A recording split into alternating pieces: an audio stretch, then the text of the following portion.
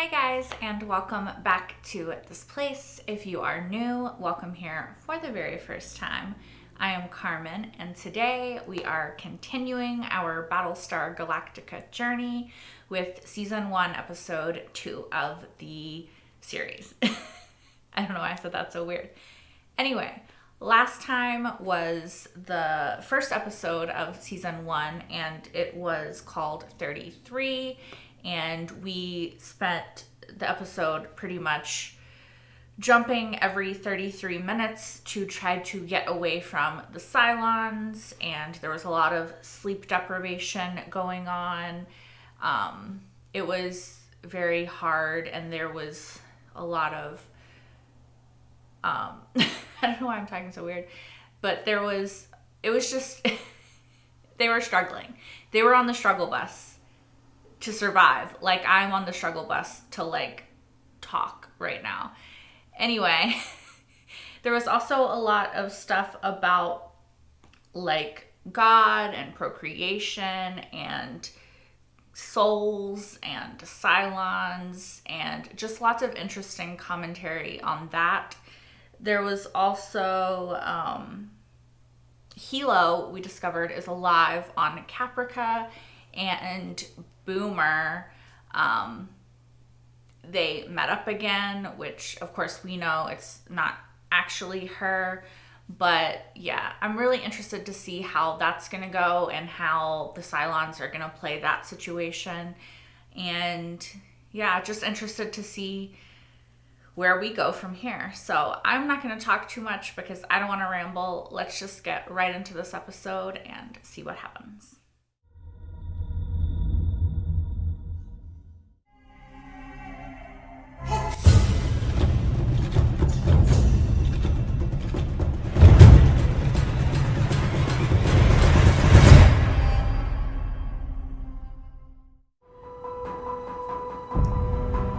I appreciate these previously ons, honestly.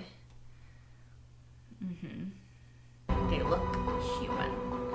Some are programmed to think they are human. Yeah. There are many copies. Yeah, we've only seen 4 out of the 12 copies so far. They have a plan. Okay, what's their plan? I'm assuming we'll see. Okay, this looks new.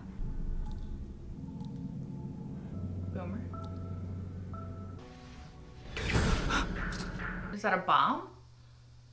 What the hell is it doing in her bag? Is this on the Galactica?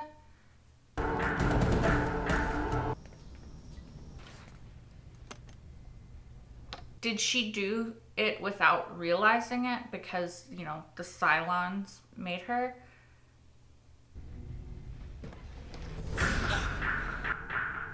There's still 6 missing. Did she take all of them and she doesn't remember doing it because, again, she's like a sleeper agent for the Cylons because she's not fully aware, right? So I don't love how they show moments throughout the episode, right before the episode. I'm literally watching it right now. Don't spoil me. Don't do it. Come on, Ty. You can stay strong. Don't drink it. Don't drink it. Pour it out. Throw it away. Lee is being haunted by his choice. Can't stop thinking about the Olympic carrier. Leave the second guessing to the historians. I mean, he's a human. Of course he's gonna feel guilt. As leaders, don't we have an obligation to question our actions? Yes. Not to make sure that decisions that we make are the right decisions. Yes, you do. We did what we had to do, son. I mean, I agree with both of them, but I think that just because you accept the consequences of your actions and you accept what you've done doesn't mean that you can't question and then maybe change the way you approach the next thing that you do, We've arrived. Please don't tell me that we have to go through this every time. I think I'm going to get tired of this outfit, seeing as I only have 3 for the rest of my life. Looks fine. Fine. You don't know anything about women, do you?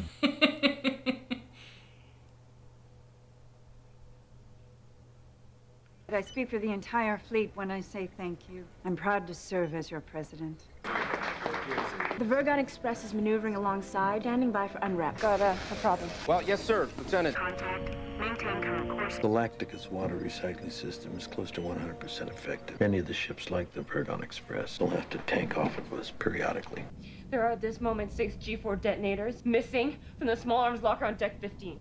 Considering the fact this episode is called Water, I just have a feeling that the water is gonna, start being an issue. And they're not gonna have enough for years.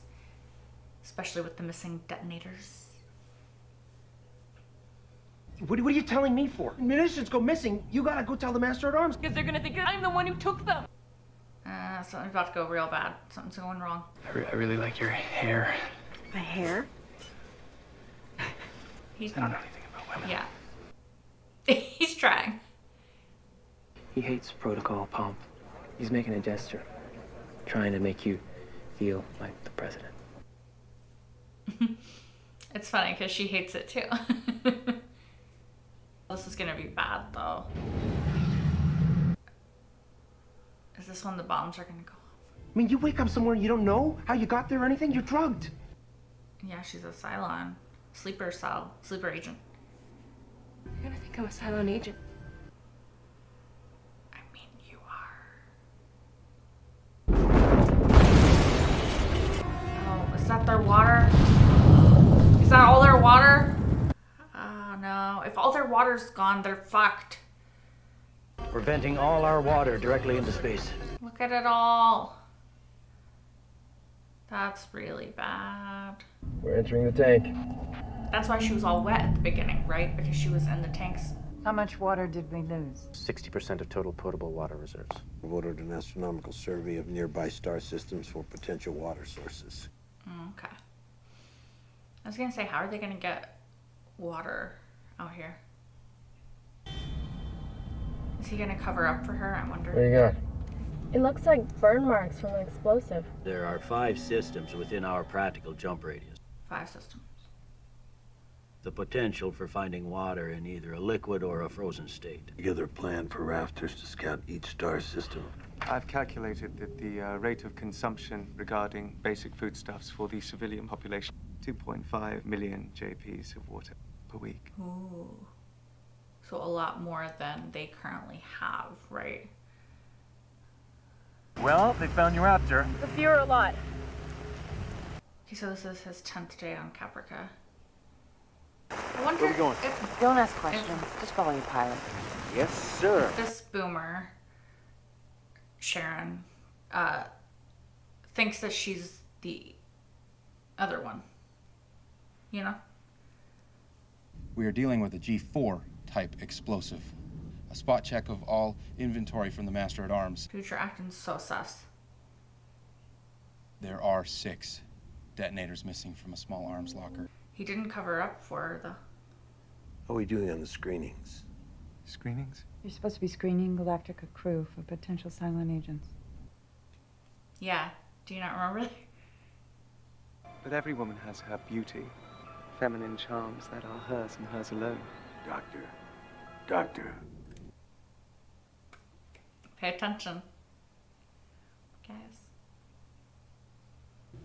Now, if only you had an actual Cylon detective. Right. He must look so weird to everybody else. I would never do something like that. I know. You do believe me, right? Absolutely. I mean, he covered for you. But did she do it? Because she is a sleeper agent. I'm just, And she was wet. You ever read Dark Day? Edward Prima, I am embarrassed to say it's one of those classics I've never gotten around to reading. You think there's gonna be like a romance with these two? I think you'll enjoy it. It's a gift. Never lend books. That is a true statement. Rioting broke out on a cruise ship when they reduced water rations. You have the only armed, disciplined force. There's a reason why you separate military and the police. One fights the enemy of the state. The other serves and protects the people. When the military becomes both, then the enemies of the state tend to become the people. That's true. I'll send troops to the cruise ship. Commander, I won't let that happen. How will you stop it, though? Also, I definitely think that there's gonna be like some Beginning sort of greatest one sweep. there. So I'm thinking that we should give this lovely little rock of nothing a name. I'm Kamiko. Kamiko. Whatever. Oh God. That's not good. That's not good. I'm going to raise you 5. No guts, no glory, Doctor. I'll see your 5 and raise you 20. That guy's like, nah.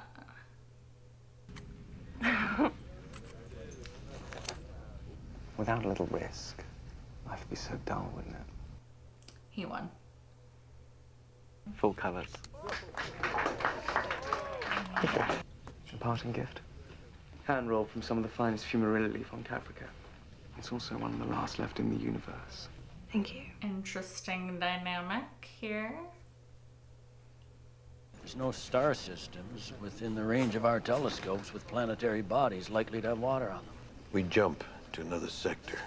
We start the search all over again. I mean, yeah, what else can you do? The only thing is, like, even if they find it, there's like a bomb on board their little shuttle thing. I've got nothing here either. It says positive. I'm having trouble saying it. Is she trying to fight against whatever the programming is that is telling her to say it says negative when it says positive? Oh! I have positive contact! Oh, yes! Woo! She must be trying to fight against, like, the programming, right? Like, whatever the programming is. Attention. This is the commander. We have found water. Okay, but what about the bomb? Can we, like, turn that off? Can you... Okay. You saw it, right? She saw it. So she can, like, turn it off now, right? I think she turned it off, so I think that's good.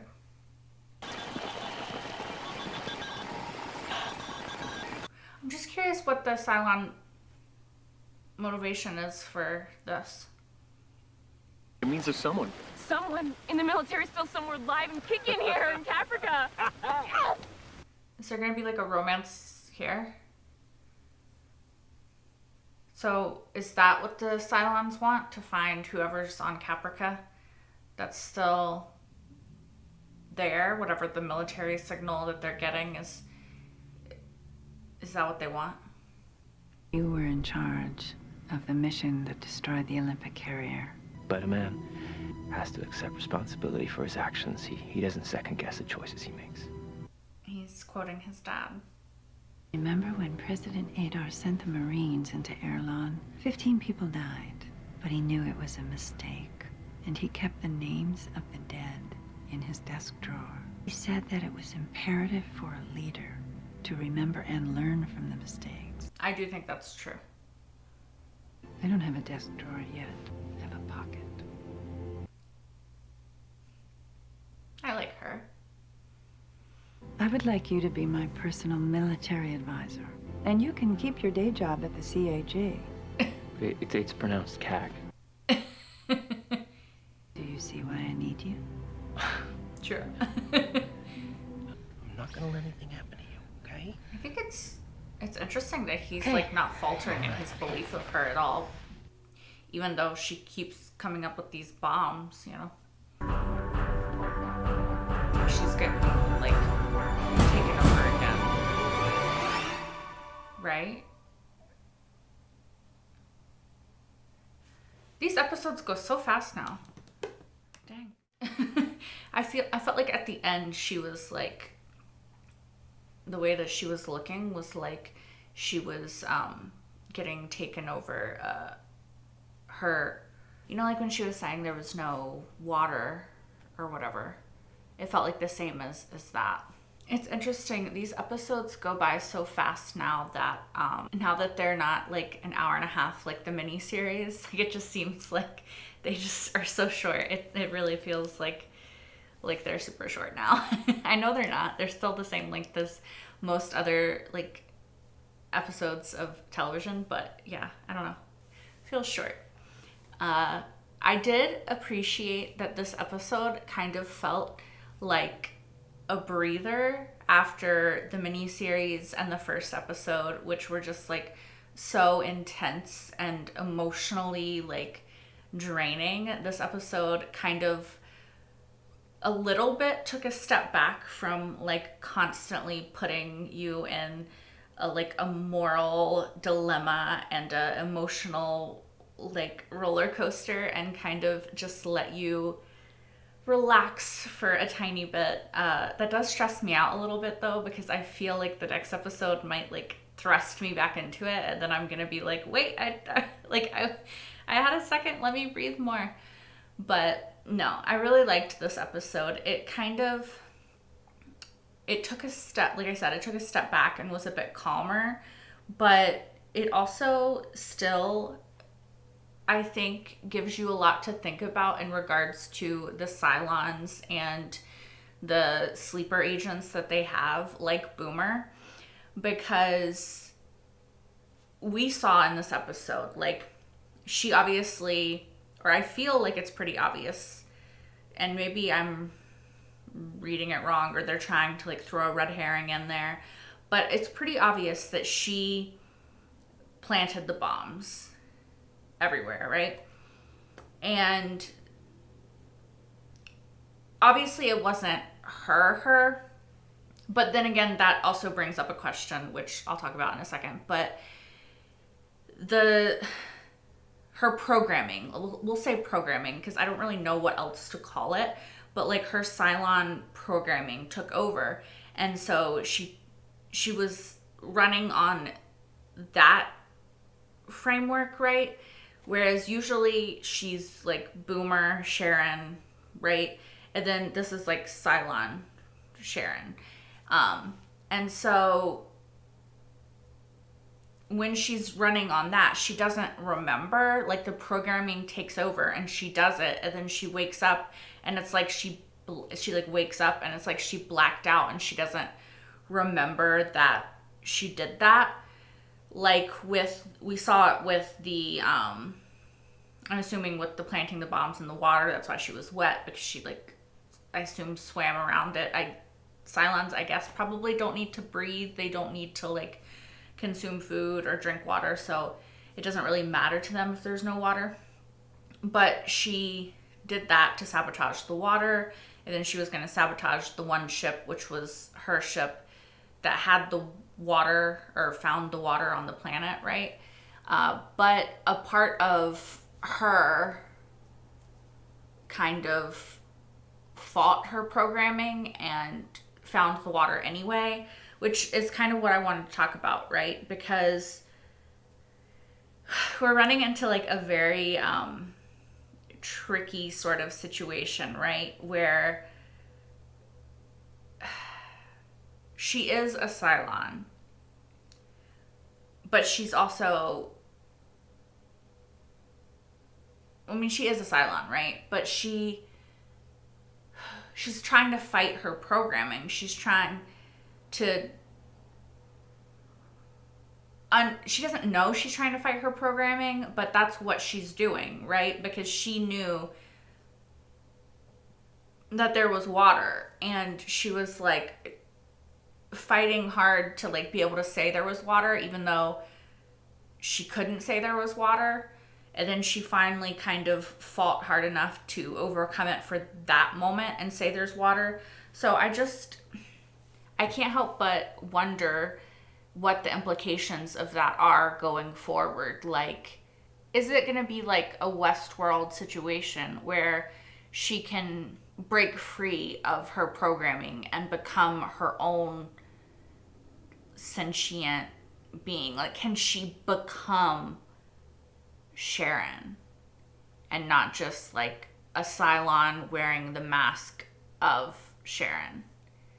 You know what I'm saying? Like, I think that's going to be a really interesting thing that we're going to grapple with throughout the series, because I do think that so far in the series, we've definitely had a lot of moments where we're debating whether or not the Cylons are the bad guys, right? Because they were enslaved by humans. Like, they have no reason to give a shit about humans.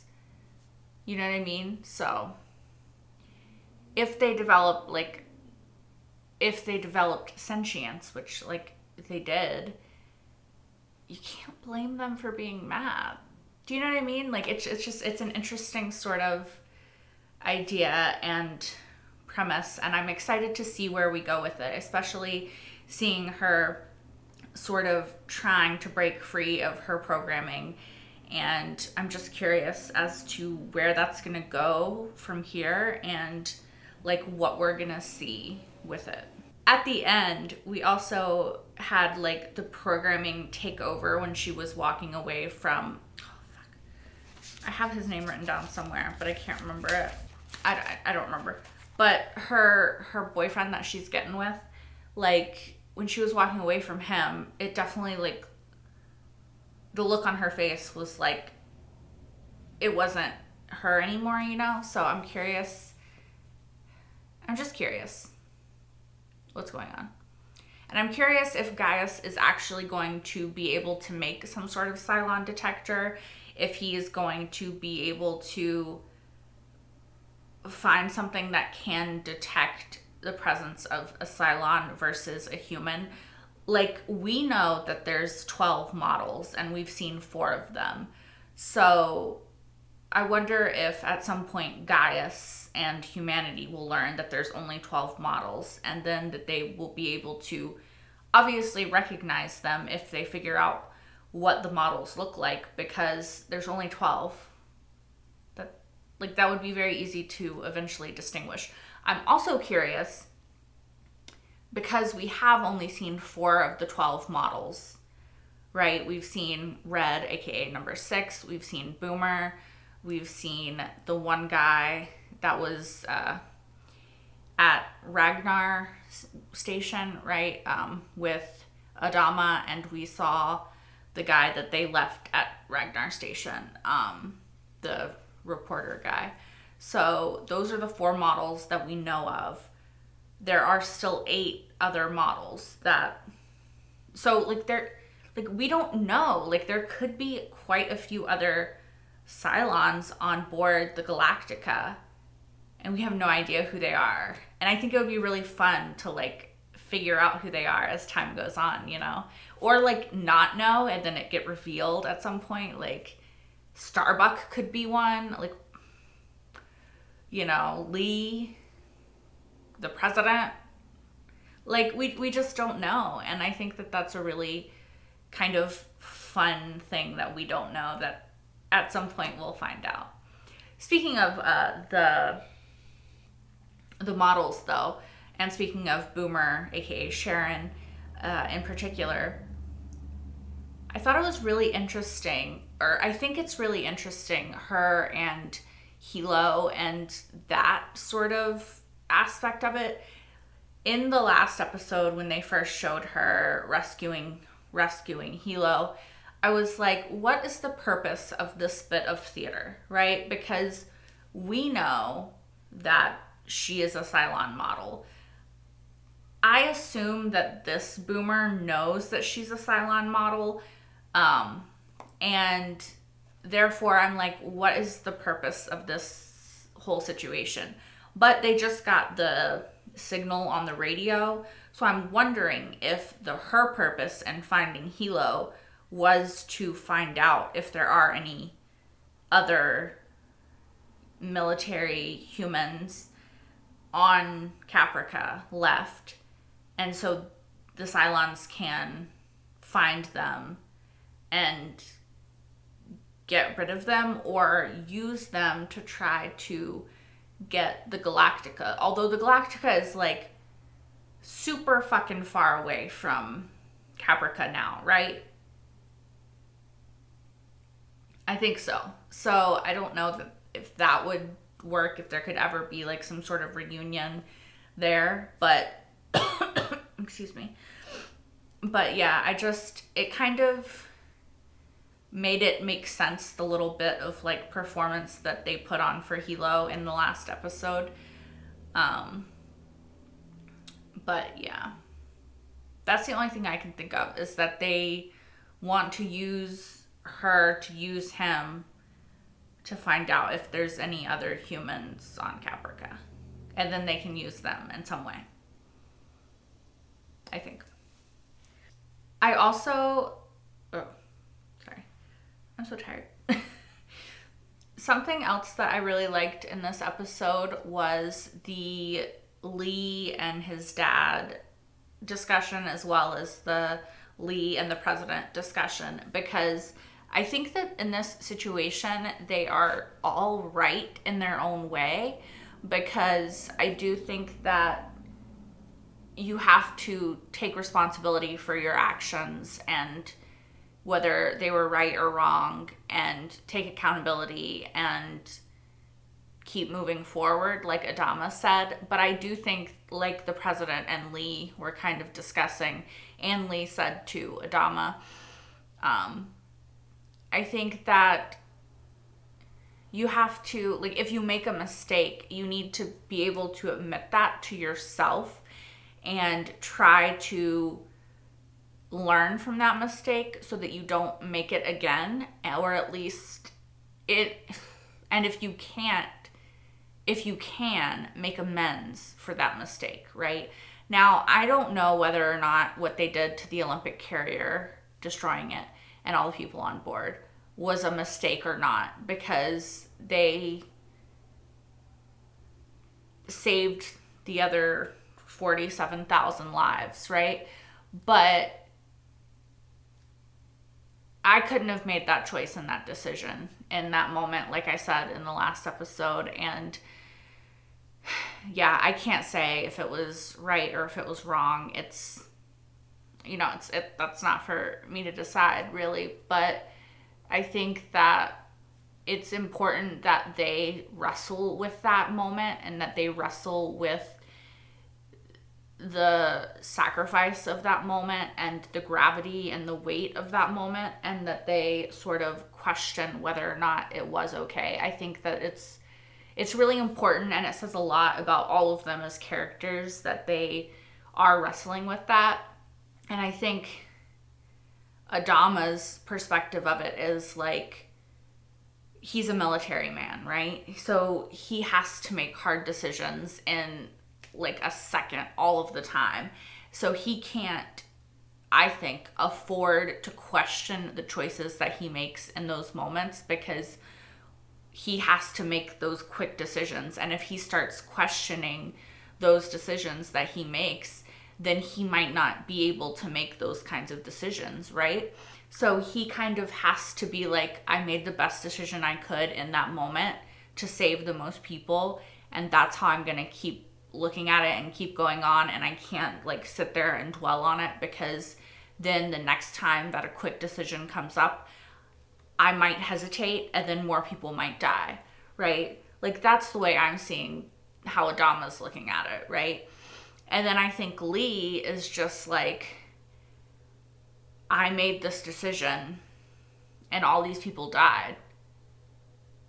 How can I possibly live with the repercussions, the implications of that on my conscience, on my soul, you know, on me as a person? And so he's wrestling with the guilt of that, because he's not the person that has to make those quick decisions, you know. He can afford to, excuse me, he can afford to wrestle with that. And I think it's important that he does. And I really like him bonding with the president. I think my cats are destroying the house. I really like him bonding with the president over that. And I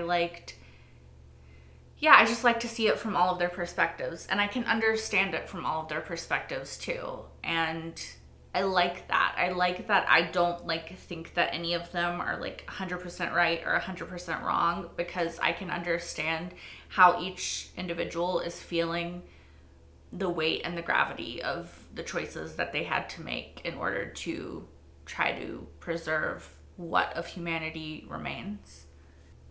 I also feel like it has to be said, I feel like there is a romance between the president, Laura, is that her name, I think, and Adama that could be brewing. It read slightly romantic to me, so I don't know. Another thing that read slightly romantic to me was the moment between Starbuck and Gaius. Maybe that's just me, maybe I'm reading these interactions incorrectly, but I'm keeping an eye on it because that's how I read it, and I'm like a little curious about it. All right, you guys, I think that is all that I really have to say about this episode. As always, thank you so much for watching. If you want, you can watch the next episode right now on Patreon if you're watching this on YouTube. You can also watch, my entire full-length reaction to this episode and every episode thus far of Battlestar Galactica on Patreon as well. Yeah, that's all for now. I will see you guys next week for more Battlestar. Until then, bye guys!